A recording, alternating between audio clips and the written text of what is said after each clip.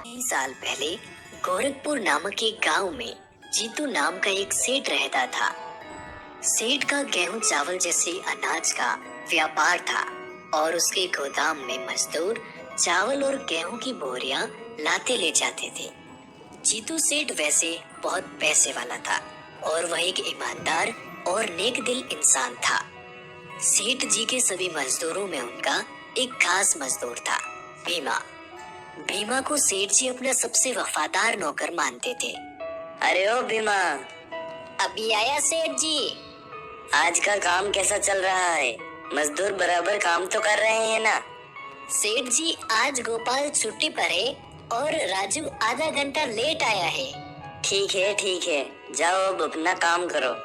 जीतू सेठ भीमा से हमेशा खुश रहता क्योंकि वह मजदूरों की सारी बात सेठ को बताया करता था, जिससे जीतू सेठ को भीमा पर बहुत भरोसा था।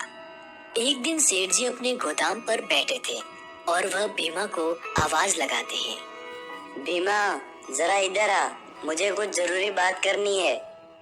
जी हुजूर, बोलिए। आज से मैं घर जल्दी जाया करूंगा। तुम शाम होते ही गोदाम बंद करके चाबियां मेरे घर पहुंचा देना। जी सेठ जी, जैसा आप कहें। अब भीमा ने सेठ के इस विश्वास को एक अच्छा मौका समझा। सेठ जी तो बड़े बेवकूफ निकले, मुझ पे विश्वास कर लिया।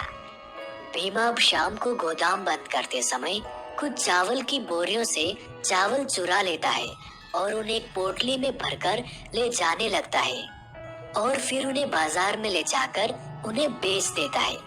चालाक भीमा अगले कई दिनों तक गोदाम से कभी गेहूं तो कभी चावल चुराता रहा और बाजार में बेचकर पैसा लेता रहा। जीतू सेठ को इसकी भनक तक नहीं लगी और वो अभी भी भीमा पर उतना ही विश्वास करते थे। खैर, धीरे धीरे भीमा ने बहुत सारा अनाज चोरी कर बहुत सारा पैसा जमा कर लिया। एक दिन गोपाल नाम के एक मजदूर ने भीमा को चुराया हुआ चावल बेचते हुए देख लिया और वो सीधा सेठ के पास इसकी शिकायत करने पहुंचा।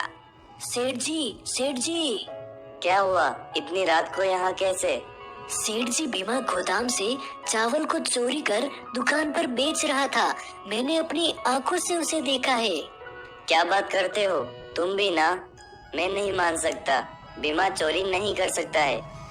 जैसी आपकी मर्जी, मैंने जो देखा है वो आपको बता दिया, अब आप जानो। उसके बाद भीमा रोज चोरी किया करता था और सेठ जी को कानो कान खबर नहीं होती। कुछ महीनों बाद एक दिन भीमा सेठ के यहाँ काम पर नहीं आया। क्या बात है, आज मेरा वफादार नहीं आया? लगता है बीमार हो गया है। चलो बेचारे से मिलकर आता हूँ। कितना बोला है? सेठ जी अब भीमा के घर की ओर चले और उन्होंने देखा कि भीमा एक बड़ी दुकान खोलकर बैठा है। आइए सेठ जी, आपका स्वागत है। मैं आपको ही याद कर रहा था। क्या भीमा, ये सब क्या है? आपको तो पता ही है आप कितने कम पैसे देते हैं। अब मेरा घर नहीं चल रहा था तो जरा मैंने अपना